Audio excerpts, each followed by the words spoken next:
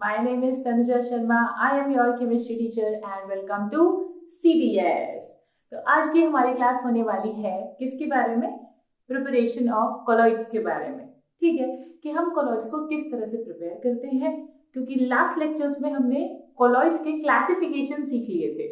ये कॉलॉइड्स को हमने किन किन पार्ट्स में डिवाइड किया था, 2 पार्ट में, रिमेंबर, इंटरेक्शन के बेसिस पर और उसके पार्टिकल साइज के बेसिस पर। अब देखो, मैंने लास्ट क्लास का इसलिए तुम्हें थोड़ा सा याद दिलाया है क्योंकि जब मैंने आपको कोलॉइडल सॉल्यूशन समझाया था तो मैंने आपको 3 डेफिनेशंस बताई थी। एक तो ट्रू सॉल्यूशन बताया था, एक कोलॉइडल बताया था और एक क्या बताया था, सस्पेंशन बताया था। अगर आपको वो 3 डेफिनेशन अच्छे से पता है, वो वाला लेक्चर अच्छे से क्लियर है, तो ये वाला लेक्चर बहुत आसानी से हो जाएगा, कुछ भी याद नहीं करना पड़ेगा। ठीक है, चलो अब इसको बहुत आसान भाषा में समझेंगे, बहुत इजी लैंग्वेज में, कि आप कैसे कोलॉइड्स को प्रिपेयर कर सकते हो। ठीक है, तो सबसे पहले टॉपिक लिख लेते हैं। It is what? Preparation of colloidal solution. ठीक है, आज ये हमारा टॉपिक होगा। बड़ा अच्छा सा टॉपिक है बेटा, इसमें से एग्जाम में भी लगता है। जब मैं पढ़ा दूंगी तब मैं आपको बता दूंगी कि कौन कौन से पॉइंट्स एग्जाम के लिए बहुत इंपॉर्टेंट है। ठीक है, अब आते हैं। देखिए बेटा, मैंने उन 3 डेफिनेशंस के बारे में बोला, तो उन 3 डेफिनेशन में से सबसे पहले देखो, जो पहली चीज आप पढ़ते थे that was what? True solution, है ना। ट्रू सॉल्यूशन के बाद क्या पढ़ते थे आप? Colloidal solution. और कोलॉइडल के बाद क्या पढ़ते थे भाई? सस्पेंशन पढ़ते थे। सस्पेंशन पढ़ते थे। देखो, अब यहाँ पर जब मैंने आपको इसका पार्टिकल साइज बताया था तो मैंने कहा था कि जो ट्रू सॉल्यूशंस होते हैं, इसका जो पार्टिकल साइज होता है वो सबसे छोटा होता है, और ये वाले जो होते हैं इनका पार्टिकल साइज सबसे बड़ा होता है। देखो, तो इसका जो पार्टिकल साइज होगा, जो पार्टिकल साइज मैं लिखूंगी वो क्या होगा? जो साइज होगा वो बहुत कम होगा, और इसका साइज क्या होगा बेटा? बहुत हाई होगा, पार्टिकल साइज बहुत ज्यादा होगा, है ना। इसका पार्टिकल साइज ज्यादा है, पार्टिकल साइज ज्यादा है, और इसका पार्टिकल साइज कम है। कोलॉइडल क्या है बेचारा? इन दोनों के बीच का है। ठीक है, तो अगर इन दोनों के बीच का है तो आप सिंपल इतना सा दिमाग लगाओ और सोचो कि जब मुझे कोलॉइडल फॉर्म करना है और अगर मुझे ट्रू सॉल्यूशन से कोलॉइडल बनाना पड़े तो मैं क्या करूं? मैं पार्टिकल साइज को बड़ा करवा दूं। अगर उसका पार्टिकल साइज बड़ा हो जाए तो वो किस में चेंज हो जाएगा? कोलॉइडल सॉल्यूशन में। और अगर इसका पार्टिकल साइज छोटा हो जाए तो ये भी किस में चेंज हो जाएगा? कोलॉइडल सॉल्यूशन में। इजी है ना। अब बस पार्टिकल साइज छोटा कैसे करना है और बड़ा कैसे करना है वही हमें यहाँ सीखना है। देखो, तो जब हम ट्रू सॉल्यूशन से यहाँ से कोलॉइडल पर जाएंगे तो हमें पार्टिकल साइज क्या करना पड़ेगा? बढ़ाना पड़ेगा। मैं यहाँ पर लिख देती हूँ कि इसका जो पार्टिकल साइज होता है, ताकि आप कंफ्यूज ना हो बाद में, तो यहाँ पर मैं लिख देती हूँ पार्टिकल साइज लेस। आपको पता भी है कितना? 1 से 10 एंगस्ट्रॉम, 10 से 1000, और ये 1000 से ऊपर वाले थे। इसका पार्टिकल साइज क्या है बेटा? पार्टिकल साइज हाई है। ठीक है, पार्टिकल साइज हाई है, इसका पार्टिकल साइज लेस है। ठीक है, लेस मोर लिख सकते हो।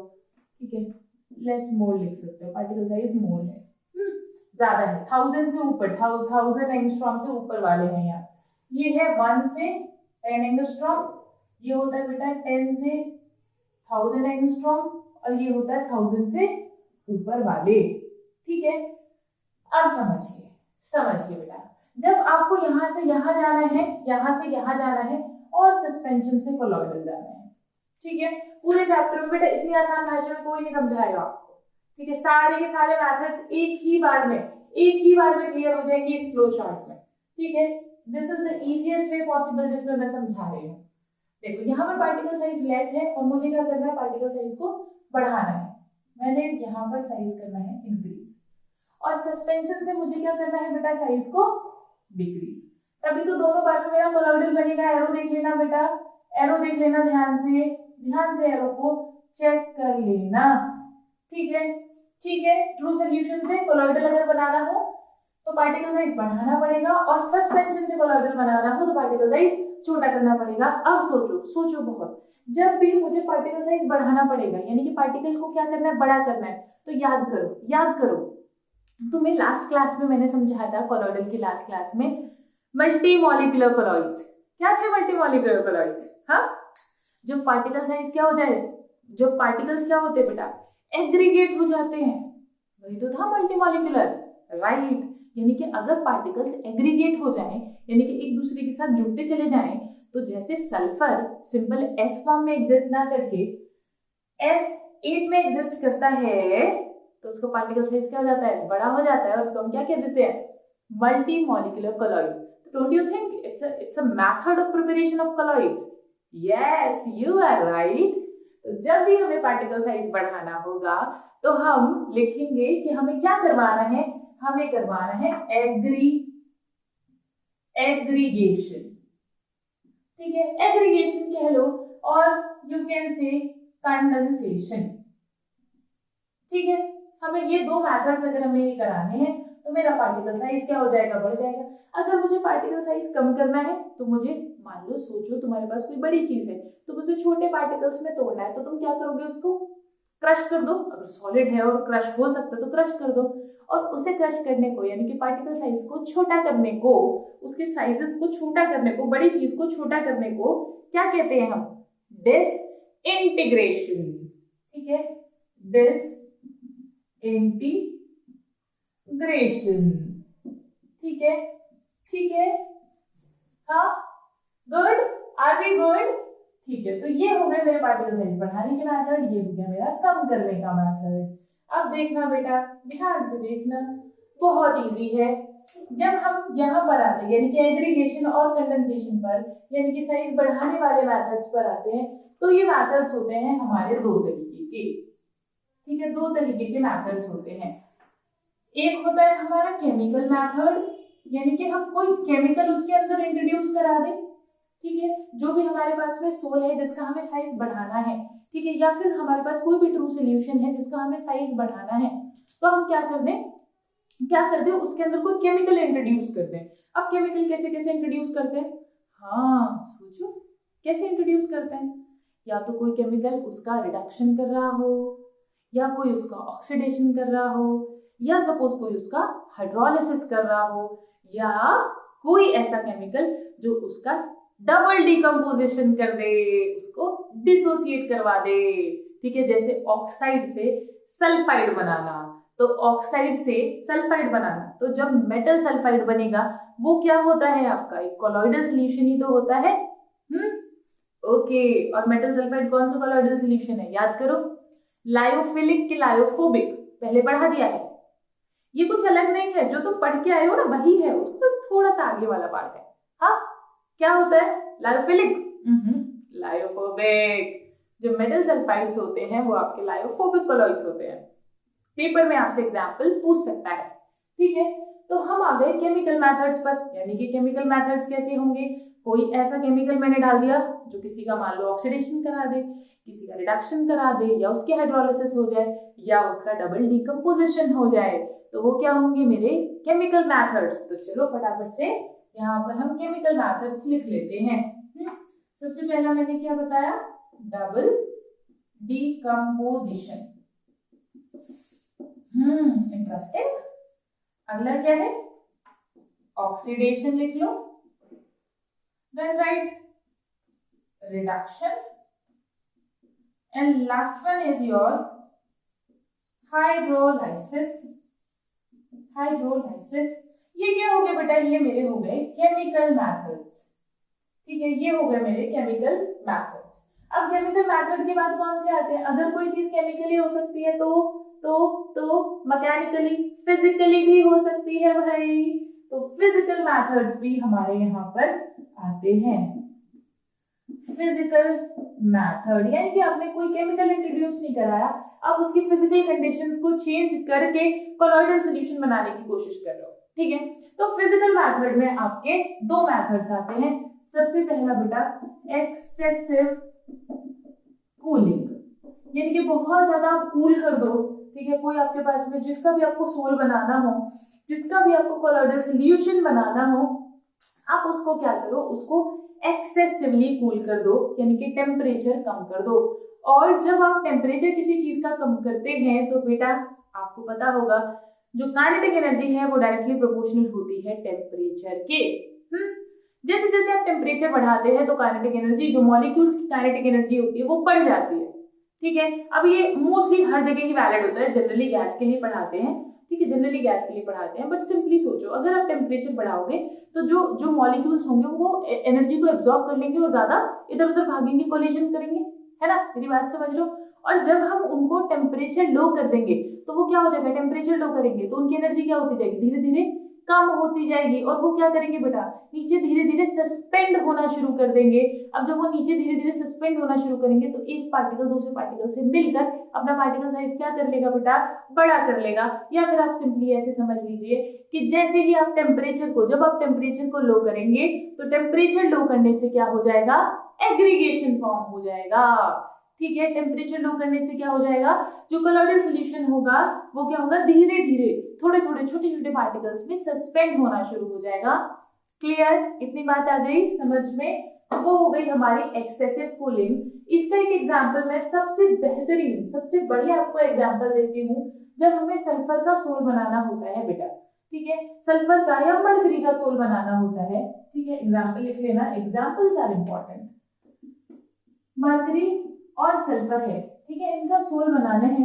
आपने क्या किया बेटा, इनका सोल बनाने के लिए आपने इनका टेम्परेचर, यानी कि टेम्परेचर कम कर दिया, यानी कि क्या कर दी, कूलिंग कर दी। तो जब आप इसकी कूलिंग कर देंगे तो ये क्या बन जाएगा, यहाँ पर सल्फर या मरकरी का सोल बन जाएगा। आप सल्फर ही लिख लो यहाँ, ठीक है, वैसे दोनों लिख सकते हो, सल्फर सोल बन गया, यानी सल्फर का कोलॉइडल सॉल्यूशन बन जाएगा। Okay, are you clear, sorry am I clear, ठीक है। अच्छा, अब आते हैं एक्सेसिव कूलिंग के बाद में एक होता है बेटा हमारे पास में एक्सचेंज ऑफ सॉल्वेंट, यानी कि आप सॉल्वेंट को चेंज कर दो, सॉल्वेंट को चेंज कर दो तो उसका पार्टिकल साइज भी क्या हो जाए बेटा, चेंज हो जाए। ठीक है, जैसे कि अगेन सबसे बढ़िया एग्जांपल देखो इसका, जब आप सल्फर को रखते हो वाटर में, ठीक है, सॉरी, जब आप सल्फर को वाटर में रख लो, चलो कोई बात नहीं, जब आप सल्फर को यहाँ पर रखेंगे बेटा, ये मैंने लिया पानी, और यहाँ पर सेम वही सल्फर है बेटा, और उसको लिया मैंने एल्कोहल में, यानी कि C2H5OH में। ठीक है, तो व्हाट हैपेंस इज कि जो सल्फर है वो सॉल्युबल होता है, जो इथेनॉल है, एल्कोहल है, इसमें जो सल्फर है वो सॉल्युबल होता है। अब अगर सॉल्युबल होगा तो पार्टिकल साइज क्या होगा, जल्दी बताइए। अगर सॉल्युबल है तो पार्टिकल साइज का क्या होगा, भाई नमक पानी में सॉल्युबल है तो पार्टिकल साइज क्या हो गया, बहुत कम। ठीक है, तो साइज क्या हो जाएगा इसका, बहुत कम, बिल्कुल जस्ट लाइक ट्रू सॉल्यूशंस। ठीक है, जैसे Na और Cl का होता है, बहुत कम। ठीक है, डिसोसिएट कर जाते हैं और क्या हो जाता है बेटा, उनका पार्टिकल साइज बहुत, क्योंकि भाई वो अलग हो गए ना, डिसॉल्व हो गए। ठीक है, अब आगे आते हैं। अब इसमें जो सल्फर का साइज है वो बहुत छोटा है, बहुत छोटा है। अब मुझे सल्फर का सोल बनाना है भाई, सल्फर के पार्टिकल को बड़ा करना है, तो पार्टिकल को बड़ा कैसे करो, बस बहुत सिंपल। अब आप उस सल्फर को इथेनॉल में डालने के बजाय पानी में डाल दो। पानी के अंदर क्या होगा बेटा, ये पार्शियली सॉल्युबल होता है, पार्शियली। ठीक है, तो जो इसका जो साइज होगा वो क्या होगा बेटा, बढ़ जाएगा। यही है बेटा आपका एक्सचेंज ऑफ सॉल्वेंट का एग्जाम्पल। ठीक है, यही आपका एक्सचेंज ऑफ सॉल्वेंट का हो गया, ये हो गया आपका एक्सेसिव कूलिंग का। ठीक है, तो ये जैसे मैंने आपको दो मेथड्स पढ़ा दिए, किसके मेथड्स पढ़ाए ये दोनों मैंने तुमको, साइज बढ़ाने के। अभी हम इनकी बात कर ही नहीं गए, पहले इसको पूरा समझ लें, इधर वाले पार्ट को, फिर इधर वाले पार्ट को समझेंगे। ठीक है, ये वाला पार्ट आपको समझ में आ गया, एक्सेसिव कूलिंग क्या है और एक्सचेंज ऑफ सॉल्वेंट क्या है। एक्सेसिव कूलिंग में क्या करेंगे, टेम्परेचर लो कर देंगे। टेम्परेचर लो करने से जो सल्फर है उसका जो पार्टिकल्स होंगे वो एग्रीगेट बनाना शुरू कर देंगे और जो पार्टिकल साइज है वो बढ़ जाएगा। ठीक है, एग्रीगेशन हो जाएगा। ठीक है, अब इसको आप अपने लैंग्वेज में लिख सकते हैं। अब आगे आता है exchange of solvent. Exchange of solvent में मैंने क्या बताया, जो सल्फर है वो इथेनॉल में सॉल्युबल होता है। अगर उसके अंदर सॉल्युबल होगा, जो पार्टिकल साइज होगा सल्फर का वो क्या होगा बेटा, कम होगा। इसीलिए जब हमें उसका सोल बनाना होगा, यानी कि सल्फर का कोलॉइडल सॉल्यूशन बनाना होगा, तो मैं क्या डाल दूं, सल्फर को पानी में डाल दूं, जिसमें उसका पार्टिकल साइज क्या होगा बेटा, बढ़ जाएगा। Am I clear with it? Okay, that's very good. So physical method हमने अपने खत्म कर लिए। अभी हम सिर्फ इतना पोर्शन पढ़ रहे हैं, डिसइंटीग्रेशन, यानी कि साइज को छोटा करना हम नहीं पढ़ रहे हैं। अभी हम सिर्फ साइज को बढ़ाना पढ़ रहे हैं, ठीक है। तो साइज को हमने चलो फिजिकल मेथड में तो बढ़ा दिया, अब आती है बारी किसकी, केमिकल मेथड्स की। केमिकल मेथड्स में कैसे बढ़ाएंगे, बताया था ना मैंने कि क्या करो, कोई केमिकल इंट्रोड्यूस करा दो, oxidation, reduction, hydrolysis, double decomposition, कुछ भी करा दो इनमें से, and you will get your colloidal solution. चलो आते हैं, देखो। ओके, सबसे पहले आते हैं बेटे डबल डिकम्पोजिशन पर। सो डबल डिकम्पोजिशन का जो बेस्ट एग्जांपल है वो है AS2O3। क्या है ये, आर्सेनिक ऑक्साइड, और मैंने इसमें डाल दिया H2S, ठीक है। जब मैं इसके अंदर H2S डालती हूँ बेटा, तो ये क्या होता है कि जो AS2 ऑक्साइड था, अभी जो इसका ऑक्साइड बना हुआ है वो किस में कन्वर्ट हो जाता है बेटा, AS2S3, इसके सल्फाइड में और वाटर फॉर्म हो जाता है, ठीक है। So this is the example of what, double decomposition, कि आप ऑक्साइड से, मेटल ऑक्साइड से क्या बना रहे हो बेटा, मेटल सल्फाइड बना रहे हो। और ये कैसा सोल है, हाँ कैसा सोल है बेटा, जल्दी बताओ। हाँ, लायोफिलिक के फोबिक, तभी तो मेहनत करनी पड़ रही है हमें बनाने के लिए, है ना। चलो, फिलिक तो ऐसे ही बन जाते हैं भाई, याद करो फिलिक का, लायोफिलिक बनाने का, ओहो लायोफिलिक का तो बताया ही नहीं अभी तक बेटा। लायोफिलिक लास्ट क्लास में तो बताया था, कभी सोचने बैठे हो कि मैम ने तो बताया नहीं लायोफिलिक। ये जो भी हम पूरा प्रोसेस पढ़ रहे हैं ना, ये लायोफोबिक के लिए है, फिलिक के लिए नहीं, ठीक है। देखो ध्यान से समझ लो, मुझे लगा तुमको याद होगा, मैंने लास्ट क्लास में समझाया था। हाँ देखो, जो प्रिपरेशन है कोलॉइडल सॉल्यूशन का, वो दो आपके प्रिपरेशन होते हैं, एक होता है लायोफिलिक के लिए और एक होता है लायोफोबिक के लिए। ये क्या हो गया, फोबिक, ठीक है, सही है, पी आएगा ये, ठीक है, बी नहीं पी आएगा, ठीक है, लायोफोबिक। देखो, तो आपको मैंने जब लास्ट क्लास पढ़ाई थी लायोफिलिक और लायोफोबिक में डिफरेंस समझाया था, तो आई टोल्ड यू देयर, और मैंने बनाकर भी तुमको दिखाया था एक्सपेरिमेंट के जरिए, कि जो लायोफिलिक होता है वो क्या होता है बेटा, ऐसे ही सिंपली आपने डाला और आपने शेक किया, सिंपली शेकिंग से ही लायोफिलिक कोलॉइड्स तैयार हो जाते हैं। जबकि लायोफोबिक के लिए we need to opt some different methods और इनडायरेक्ट मेथड्स हमें लायोफोबिक के लिए लगाने पड़ते हैं। तो ये जो भी आप पूरा पार्ट पढ़ रहे हो, this is for phobic lyophilic, तो सिंपली शेकिंग से ही तैयार हो जाते हैं, ठीक है। डिस्पर्शन मीडियम, डिस्पर्स्ड फेज और फलाना, मतलब फलाना क्यों डालोगे भाई, दो ही बहुत है इसमें तो, ठीक है। स्टेबलाइजर वगैरह कुछ डालने की जरूरत नहीं है, क्या डाल दो, सिंपल मीडियम रखो, फेज जो डिस्पर्स्ड पार्टिकल्स हैं, जो डिस्पर्स्ड फेज है वो डालो और जस्ट शेक इट, ठीक है, and you will get your lyophilic colloid. जैसे कि एग्जांपल दूं, एग्जांपल देती हूँ लायोफिलिक का, कि सपोज आपके पास में है पानी, ठीक है। अब पानी में क्या करो, पानी में थोड़ा सा दूध मिला दो, ठीक है। पानी और दूध आपस में मिक्स हो जाएंगे, है ना, मोस्टली यही तो होता है कि हमें जो घरों में आके आया हुआ दूध मिलता है उसमें क्या होता है, पानी तो ज्यादा होता है, दूध कम होता है, ठीक है।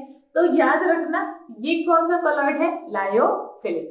भाई तुम्हें कोई स्पेशल मेथड थोड़ी लगाना पड़ा, नहीं ना, सिंपली क्या हुआ, मिलाओ, शेक करो, बन गया, ठीक है। शेक भी नहीं करने की जरूरत पड़ती, ठीक है। चल आगे बात करते हैं। तो ये सारे मेथड्स है लायोफोबिक के लिए। अच्छा, अब आते हैं तो ये कौन सा हो गया, लायोफोबिक ही तो हुआ जब फोबिक के लिए पढ़ रहे हैं तो। अरे यार कैसी बात कर दी, देखो ऑक्सीडेशन। अब अगले पार्ट पे चलते हैं, ऑक्सीडेशन। देखना बेटा, ऑक्सीडेशन में क्या करेंगे, मान लो सल्फर का सोल बनाना है हमें, मैंने तुम्हें सल्फर सोल के एग्जांपल्स दिए ताकि याद रहे, ठीक है, अभी बताऊंगी क्यों। देखो तो मान लीजिए हमारे पास है H2S और मुझे इससे सल्फर का सोल बनाना है बेटा जी, ठीक है। जब आप इससे सल्फर का सोल बनाओगे, आप इससे सल्फर का सोल बनाओगे तो आप क्या करो कि आप इसमें डाल दो, या तो डाल दो SO2, ठीक है। अगर आप इसमें SO2 डालोगे तो देखो सल्फर तो सेपरेट हो जाएगा, बचेगा क्या H2 बचा, यहाँ से वो बचा H2O, सल्फर का तो सल्फर सोल बन गया और पार्टिकल साइज क्या हो गया बेटा, बढ़ गया, पार्टिकल साइज बढ़ गया, पार्टिकल साइज बढ़ गया तो क्या मिल गया मुझे, हाँ मिल गया, यस मिल गया, कौन, कोलॉइडल सॉल्यूशन। चलो आगे आते हैं, तो अब है H2S, अब और भी कुछ डाल सकते भाई, सिर्फ SO2 ही थोड़ी डाल सकते हो, किसी और से भी तो ऑक्सीडेशन करा सकते हो ना।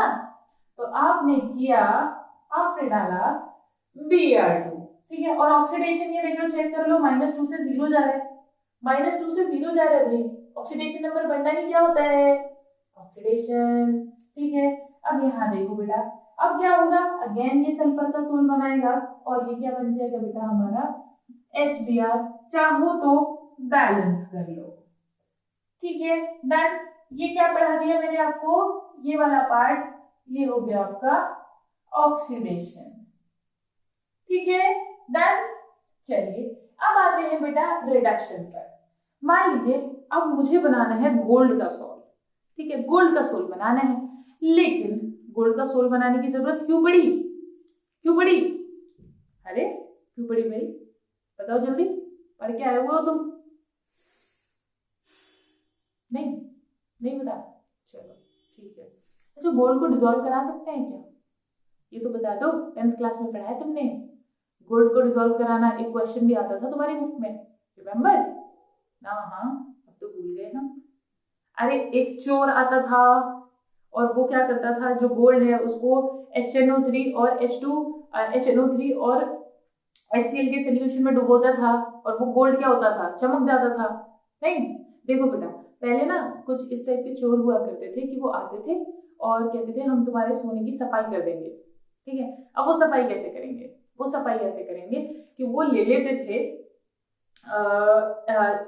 तुमने आई डोंट थिंक तुमने नाम सुना है या नहीं, एक्वारेजिया, हाँ सुना ही होगा यार सॉरी तुम तो 12th क्लास के बच्चे हो, सुना ही है ना, एक्वारेजिया ले लेते थे।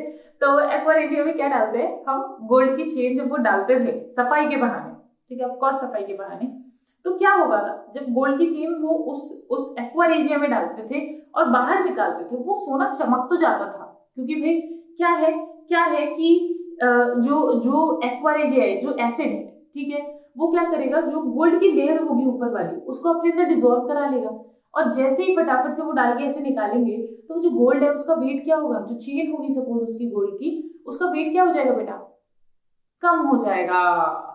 क्या मेरी बात समझ रहे हो, कम हो जाएगा और वो बाद में इसको सेपरेट कर लेंगे, ठीक है। बहुत चोरियां चलती थी इस तरह की, अब तो खैर लोगों को अवेयरनेस है, अब तो पता है कि हाँ एक्वारेजिया होता है, पहले तो जादू लगता था आज हम चलो रिडक्शन पर आते हैं, देखिए बेटा, बिल्कुल इसी तरह से अगर आपको गोल्ड का सोल बनाना है तो आप ले लो गोल्ड का कोई सोल्यूशन ले लो, जैसे मैंने ले लिया AuCl3, अब इसका बेचारे का पार्टिकल साइज है छोटा, ठीक है। अब पार्टिकल साइज छोटा है लेकिन मुझे गोल्ड का सोल भी बनाना है, तो मैं क्या करूं, कुछ ऐसा डाल दूं जो यहां से Cl को निकाल दे और सिर्फ Au को छोड़ दे, ठीक है। तो मैंने डाला अपना ऑल टाइम फेवरेट आयरन तो हर जगह अवेलेबल है ना भाई, गोल्ड अवेलेबल हो ना हो, आयरन तो तुम्हें रोड पर भी मिल जाएगा, ठीक है। तो चलो तो क्या होगा, आपने जैसे इसमें आयरन डाला तो ये बना देगा Au तो हो जाएगा अलग और FeCl3। अब अलग का होने का क्या मतलब है कि यहाँ पर Au का जो पार्टिकल साइज है वो क्या हो गया बेटा, इंक्रीज हो गया, ठीक है।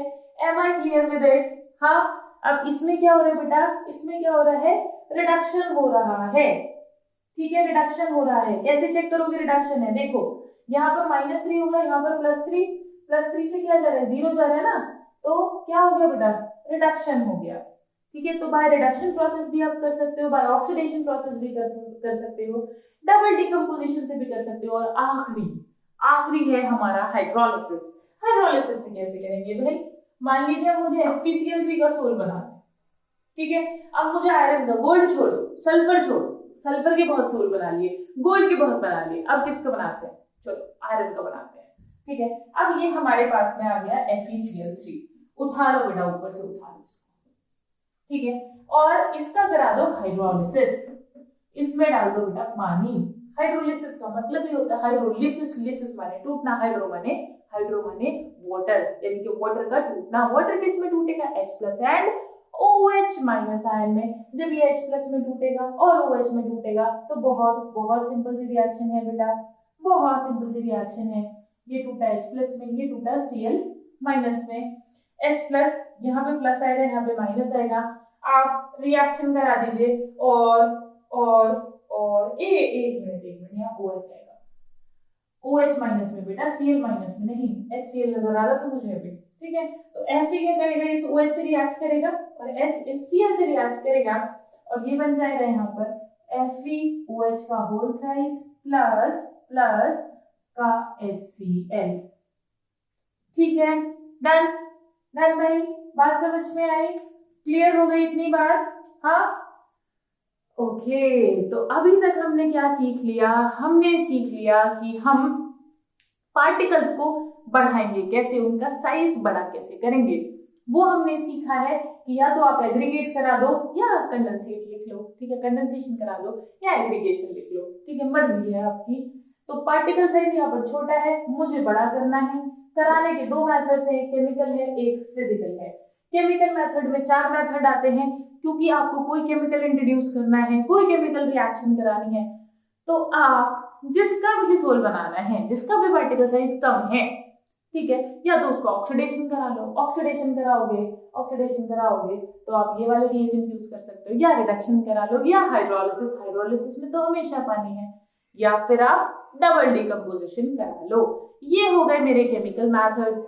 फिजिकल मेथड में 2 मेथड आते हैं, excessive cooling and exchange of solvent. नाम से ही बिल्कुल पता चल रहा है बेटा, इसमें तो कुछ रटने की भी जरूरत नहीं है, सब कुछ नाम से पता चल रहा है। नहीं भाई, यहाँ नाम से पता चल रहा है सब कुछ कि क्या होगा, और यहाँ भी नाम से पता चल रहा है, एक्सेसिव कूलिंग यानी ठंडा करना है, एक्सचेंज ऑफ सॉल्वेंट यानी सॉल्वेंट बदलना है। Easy, clear? चलिए, यानी कि हमने क्या किया, हमने अपना फर्स्ट जो पोर्शन था वो पूरा डिस्कस कर लिया। हमने कंडेंसेशन, एग्रीगेशन ये डिस्कस कर लिया, और अब हमें क्या डिस्कस करना है? हाँ, इंटीग्रेशन, यानी कि पार्टिकल साइज को छोटा कैसे करते हैं। अभी तो बढ़ाना सीखा, अब छोटा करना सीखेंगे, ठीक है। देखिए बेटा, छोटा करने का सबसे बढ़िया मेथड जो है वो कौन सा है, जल्दी बताओ। हाँ, मैकेनिकल मेथड, लग जाओ तोड़ना शुरू कर दो। हाँ, नहीं, देखो जैसे मिट्टी है, ठीक है, मान लो मिट्टी का एक पूरा क्या बोलते हैं उसको, बहुत सारी मिट्टी है, ठीक है, एक जगह, और तुम्हें उसे तोड़ना है, ठीक है, डला बोलते हैं वैसे तो ठीक है। तो अगर आपको उसको तोड़ना है, ठीक है, तो लग जाओ तोड़ने, ठीक है। बचपन में घर भी तो ऐसे ही बनाते थे हम मिट्टी के, नहीं तुमने नहीं बनाए? छोड़ो, आजकल की जनरेशन ही ऐसी है, बस PUBG खेला इन्होंने। देखो, साइज छोटा, डिसइंटीग्रेशन करने का सबसे पहला सबसे बढ़िया मेथड व्हाट?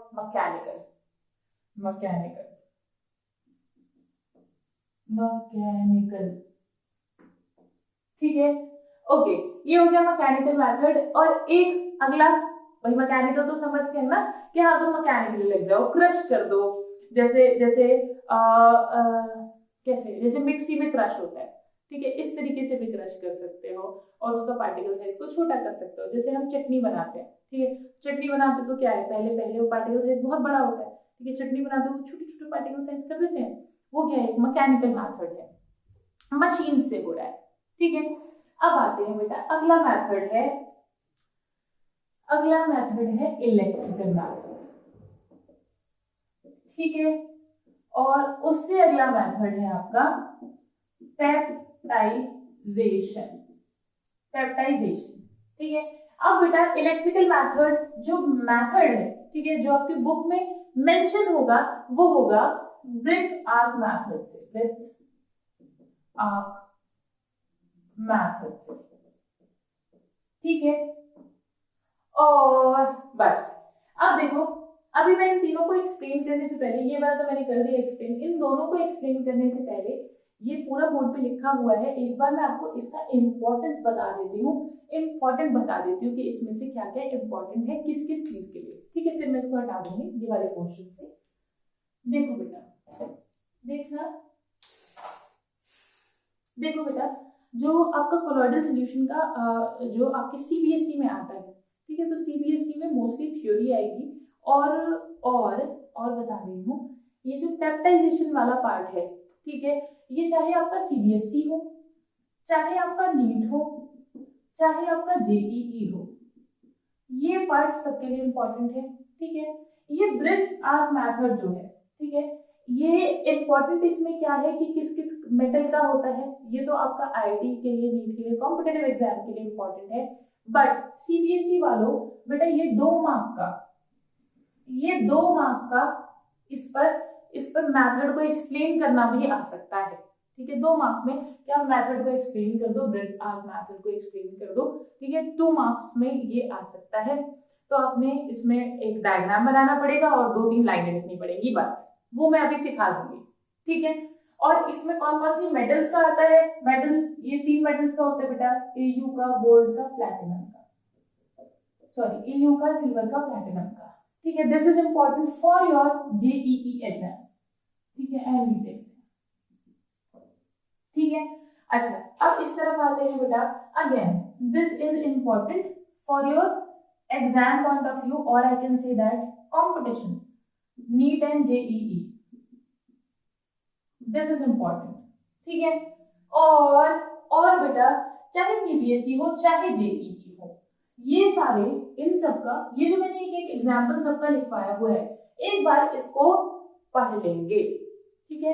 इन चारों एग्जाम्पल्स को एक बार पढ़ लेंगे, एक बार लिखकर कॉपी में देख लेंगे, तो 1 मार्क में अगर मान लीजिए आपका आ जाएगी सल्फर सोल किससे बनाना है या इससे आप कैसे बनाओगे, तो आप इन इक्वेशंस को याद रखो, ठीक है। तो एक बार इनको लिख कर देख लेना, ठीक है, this is important, this is important, बस, ठीक है, खत्म करें।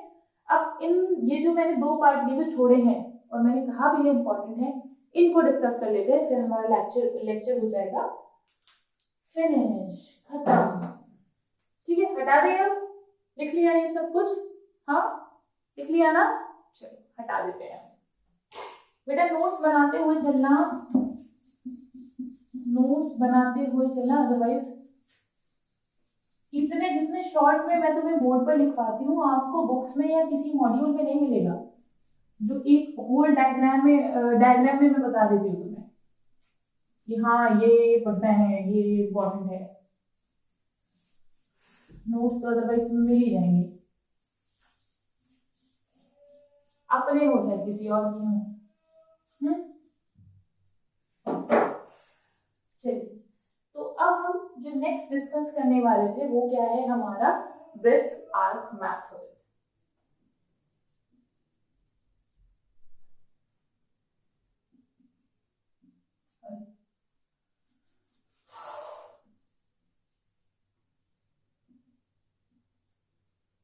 सही लिखिए ना स्पेलिंग,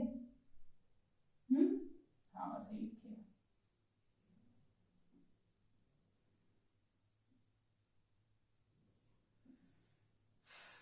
ओके चलो देखते हैं बेटा इसमें क्या करना है।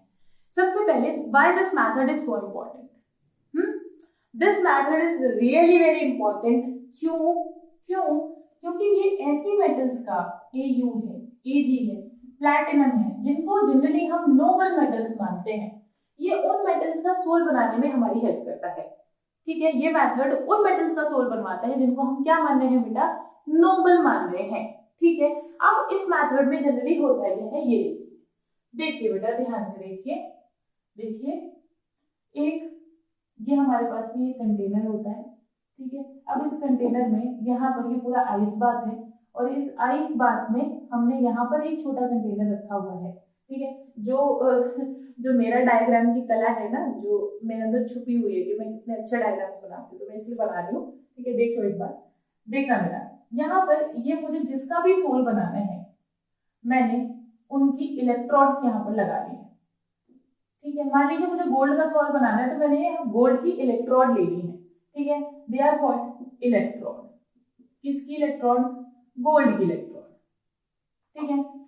इलेक्ट्रोड, अब यहाँ पर ये जो भरा हुआ है ब्लू कलर से बना देते हैं, ये जो है बेटा ये वाला पोर्शन, ये यहाँ जो है, ठीक है, दिस इज आइस, ये आइस है, ठीक है। आइस, आइस आइस बनाओ ना, उससे बेटर मैं लिख दूंगी आइस, ठीक है। तो this is whole known as, ये जो पूरा बात होता है इसको बोलते हैं बेटा आइस बात। आइस बात का कुछ मतलब नहीं है, एक कंटेनर होता है उसमें आइस भर देते हैं, वही आइस बात, ठीक है। पहले हमें भी लगता था जब तक हमने प्रैक्टिकल्स नहीं किए थे लैब में कि आइस बात क्या चीज होती होगी भाई साहब, ठीक है, या सैंड बात क्या चीज होती होगी कुछ नहीं है, ठीक है, कुछ नया नहीं है, कुछ बस सिंपली कंटेनर सैंड भर दो तो सैंड बात, आइस भर दो तो आइस बात, वाटर भर दो तो वाटर बात, ठीक है।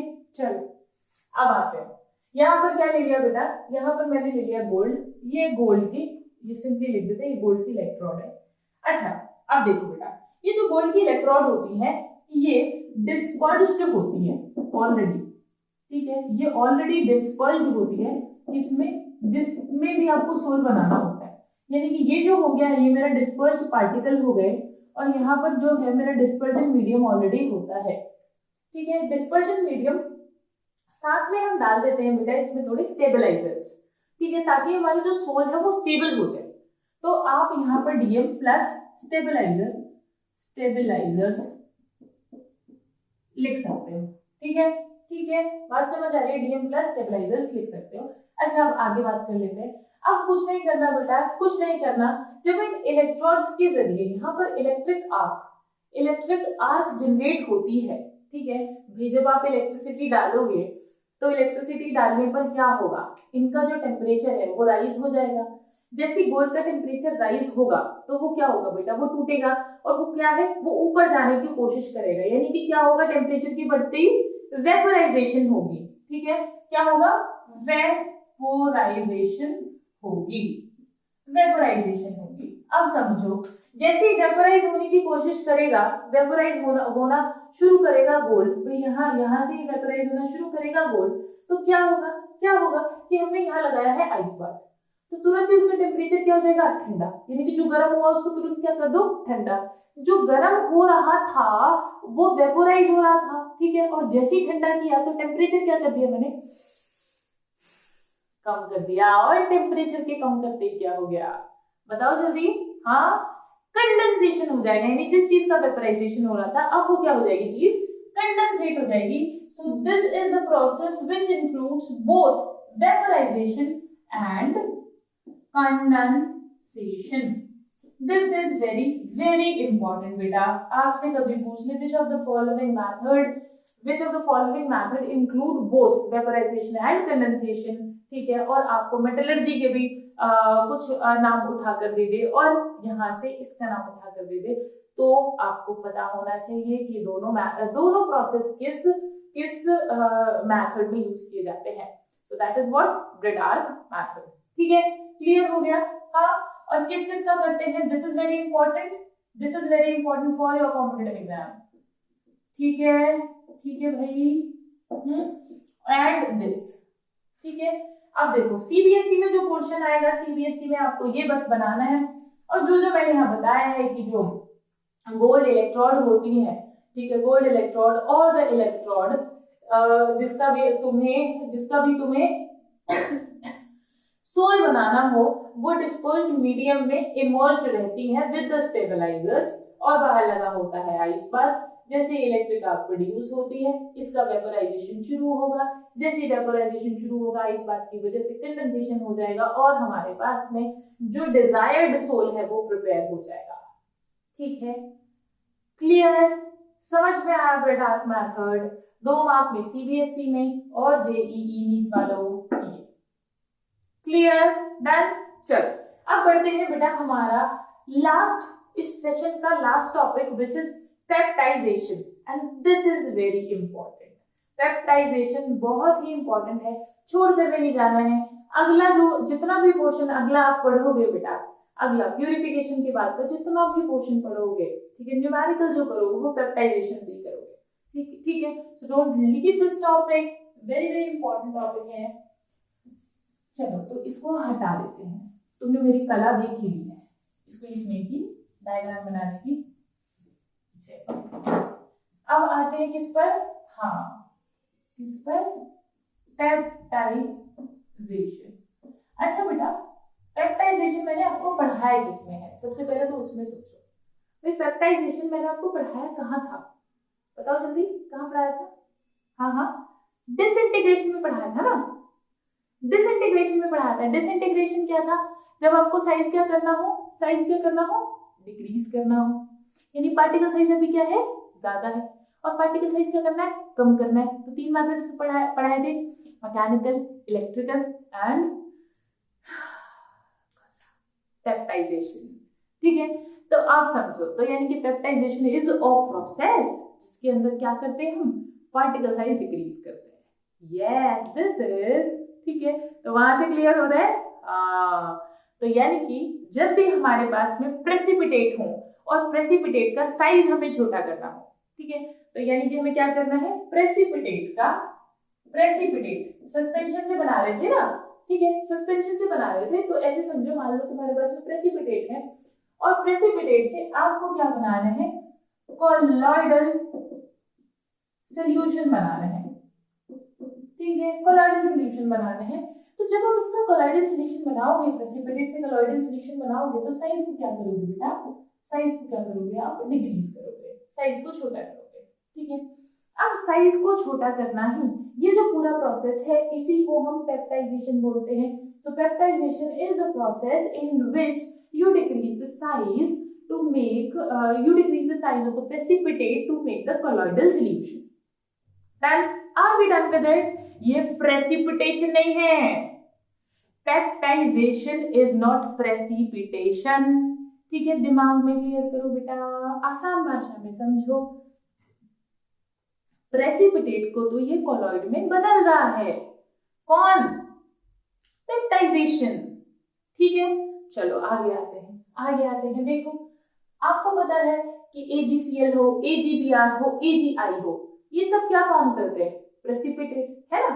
कलर्स भी होते हैं, yellow, dirty yellow, remember AgCl का येलो प्रेसिपिटेट बनता है, हाँ okay.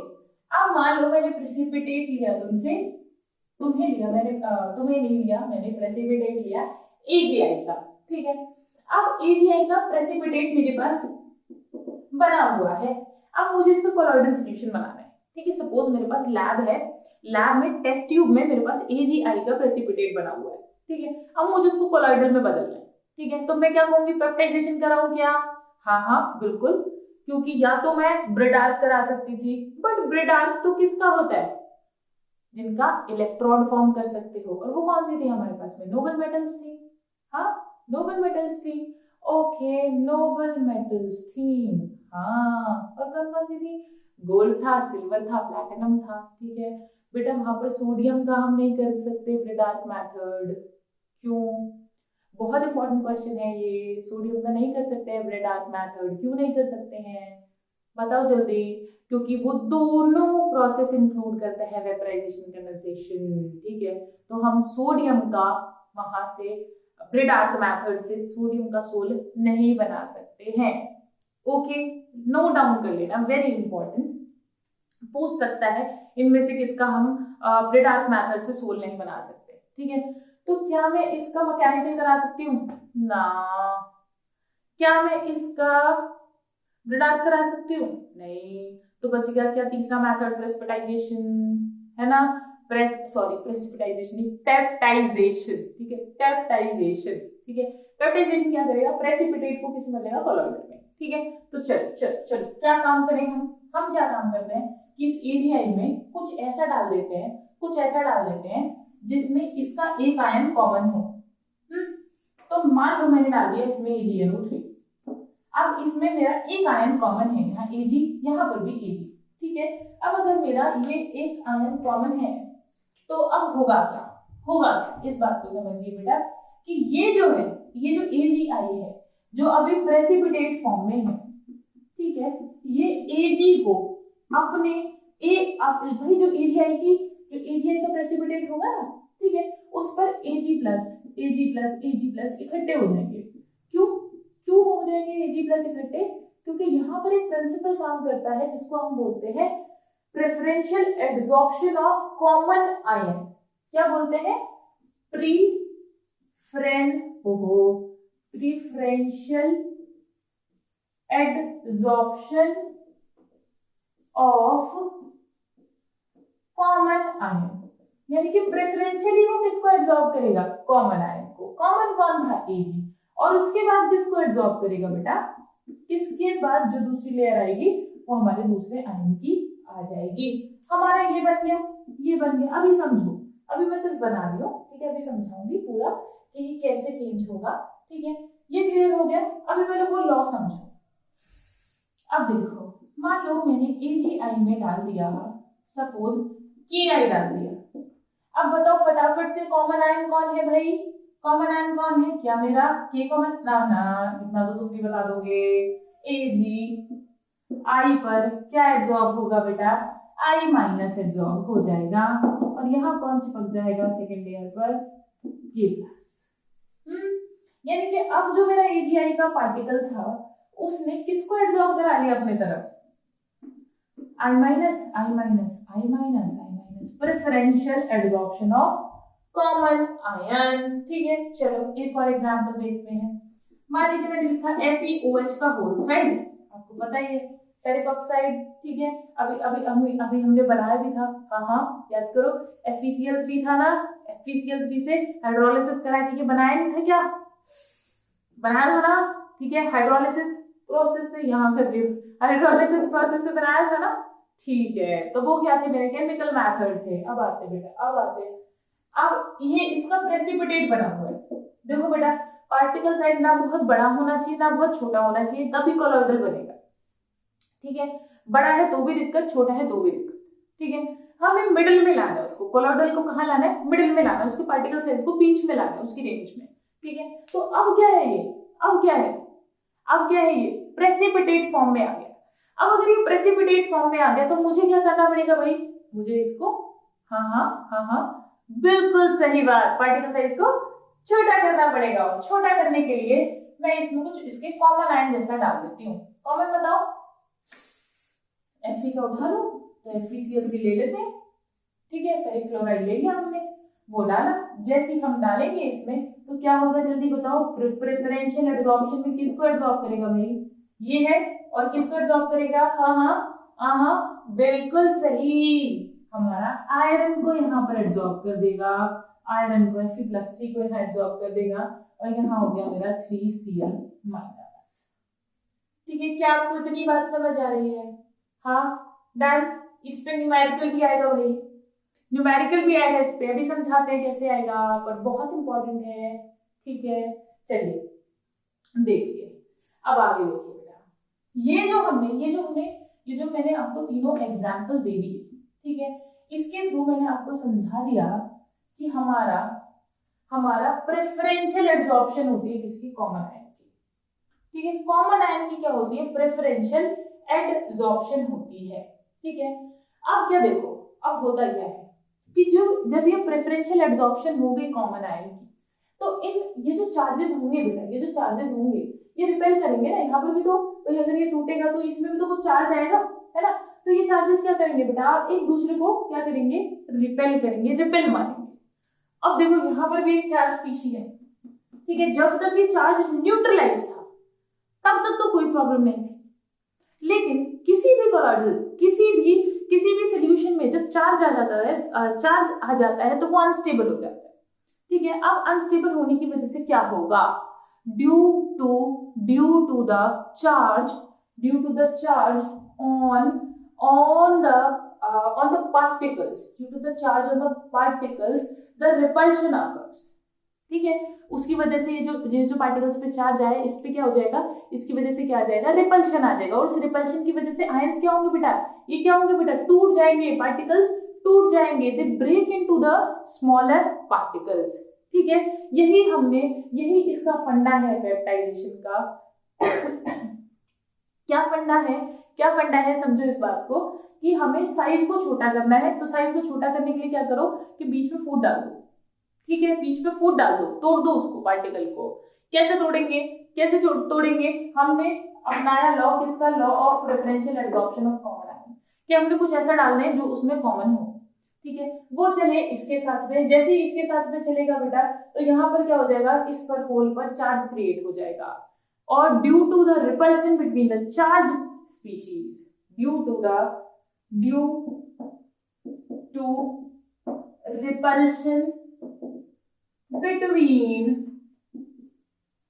charged species, they broke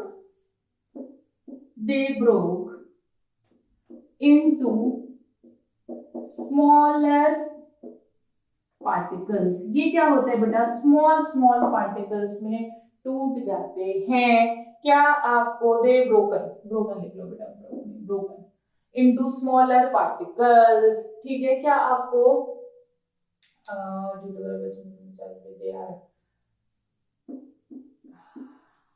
they are broken into smaller particles, ठीक है।